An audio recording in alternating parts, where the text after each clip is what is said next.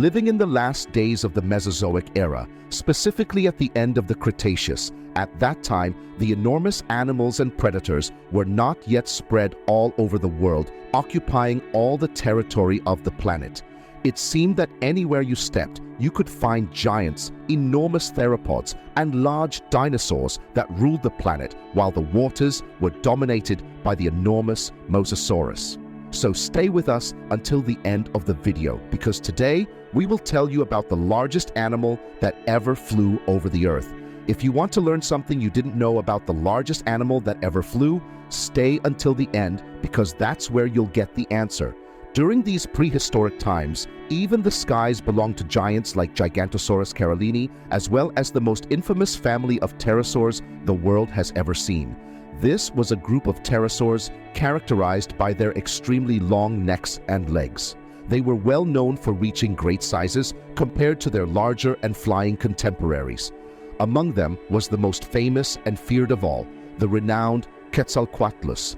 This was an enormous pterosaur that ruled the skies of present-day North America and was so magnificent that it bore the name of the Aztec feathered serpent god.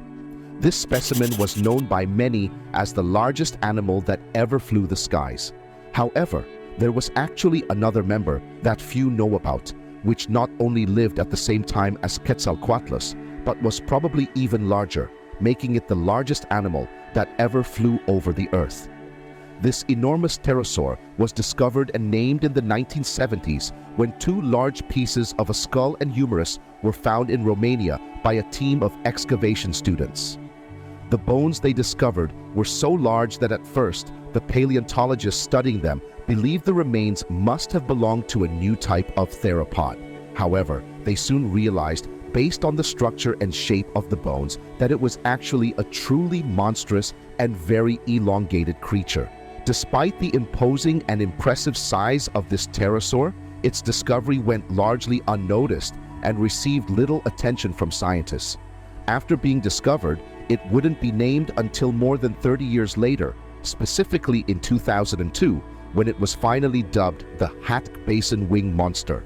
The term Hatk refers to the prehistoric island of Hateg, where the first specimens of this pterosaur are believed to have originated.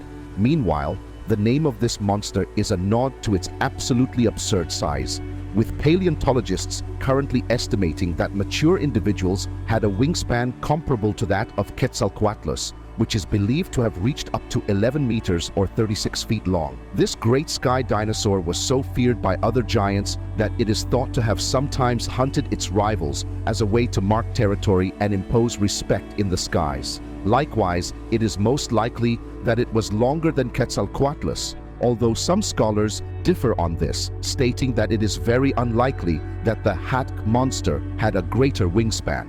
What is certain is that it surpassed all other pterosaurs in size thanks to being more robust and strong compared to its closest relatives. When standing, it reached a notable height of 5 meters or 16.5 feet, similar to the height of a giraffe. This height, wingspan, and consistent robustness have led to the assumption that it weighed significantly more than other giant pterosaurs, including Quetzalcoatlus, although its exact weight has never been formally estimated due to its ridiculous size. On the other hand, the great Hattagopter is not only considered the heaviest pterosaur, and therefore one of the largest that ever existed, but also the largest land predator that was present in Europe. How it became so large, its size was mainly due to the place it called home. At the time of its existence, Europe was an expansion of archipelagos formed by small, medium, and large islands, of which the island of Hateg was believed to be comparable in size to present-day Ireland, being separated by long stretches of the vast and deep ocean in every direction by more than 300 kilometers, isolating it extremely. Moreover, there were no giant theropods roaming the island at that time. In general, there were very few predators, allowing the Hattagopter to play the role of top predator, growing and reaching immense sizes, practically without competition or threat from other predators that could hinder its reproduction and growth. This pattern is generally seen today when animals develop and grow in more natural and free habitats. where the species living there reach much larger sizes than we typically observe.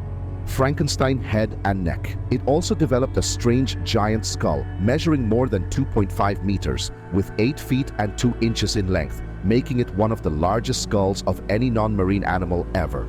Additionally, it was unique as, unlike most pterosaur skulls, the Hatagopter had a head that was exceptionally robust and resilient, which greatly contributed to its flight in the heights. Its crests suggest that there was a lot of muscle attached to its head, and its neck was surprisingly strong and had a short and broad design. Studies have shown that its size was approximately half of what would have been expected for this specimen. This robust neck was further supported by crests that served as muscle attachment points, providing high visibility and strength in its head to withstand the wind in the heights of the skies. Its large and thick neck could withstand forces up to 10 times its total body weight. This unusual strength, along with the proportions of its skull and jaw, has led paleontologists to suspect that this pterosaur was in a completely different situation compared to other prehistoric flying animals of its time. If you are enjoying the video, support us with your like. This helps us bring more quality content like this. Subscribe to our channel and activate the bell so you can enjoy the best prehistoric content. A dinosaur killer. Now, when it comes to killing, you probably think of animals that were too large to swallow completely. In this case, they were probably dinosaurs. As the island of Hateg played an important role in creating the giant Hatagopter, it also contributed to the reduction of other imposing predators, including dinosaurs, which had limited growth due to the restricted amount of resources available on land. This led to the presence of numerous dwarf dinosaurs, including small Hadrosauridae and even titanosaurs. Some of the dwarf dinosaurs that called this island home were likely victims of this nightmare predator, both as young specimens and even adults. Thanks to its giant size, this was probably its main weapon of choice. On the other hand, it is believed that it killed larger prey by stabbing or striking the animal to death. And of course, the dinosaurs would have been its key targets. Other prey. Similarly, as paleontologists typically believe that the word Hatag means terrestrial collector, the imposing dinosaur spent most of its time on land, hunting anything that presented itself to survive and outcompete its dinosaur contemporaries when it came to fighting for food. On the other hand, the land seems to be where the Hatagopter spent most of its life, despite having the biological ability to fly and defend itself in the skies. Flight capabilities. This prehistoric character was very capable of flying great heights, thanks to its wings that were strong and developed enough, comparable in structure to the wings of other known flying pterosaurs. All this indicates that its size did not hinder it from flying and gliding in the heights, despite sometimes having a foolish appearance. Scholars believe it must have had a way to lighten the weight of its mammoth skull to stay aloft, with the general belief that the internal structure of its skull was the answer. While other paleontologists believe that the bones have certain advantages that at first may seem weak, but in reality, their bones are strong and flexible enough. In addition to this, the wings contain the same holes and hollow points, which have been compared to the structure of expanded polystyrene, also known in the United States as styrofoam. This undoubtedly helped it take flight more efficiently, though it was not an easy task to achieve and expand in the heights. The Hatagopter may have had the great ability to launch itself from the ground by jumping with its limbs. Once in the air, this incredible flying monster could glide and fly for long periods, being able to cross great distances, even kilometers, without needing to stop and slow down, thanks to its great wingspan. However, recently, a new study has pointed to different data regarding this specimen. These results questioned this conjecture, stating that due to its body size, it probably couldn't fly for long or cover great distances. Instead, thanks to this recent study, it is believed that it was good at flying for short periods before needing a rest and coming down to the ground. It is also believed that it primarily used its flight capabilities to locate hunting spots and traverse the island, and of course, to find food and shelter around Hateg Island. In a way, thanks to its flight attributes and hunting ability, this prehistoric specimen became one of the most feared predators of its time.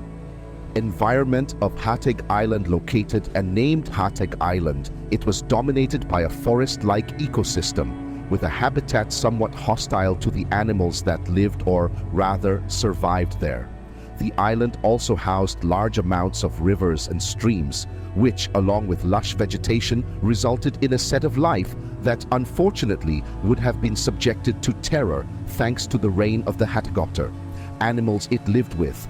Our protagonist also lived with other inhabitants that included many dwarf dinosaurs such as Magyarosaurus dacus, Paludis telmatosaurus, Zalmoxis, Struthiosaurus, including a theropod of which not much is known, as well as other dinosaurs. On the other hand, other species of insects, plants, and animal species that were part of this diverse and large island were also present in its habitat. However, none of these species approached the size of the Hategopter, which must be recognized as the world's largest carnivore, both on land and in the skies it ruled. The climate.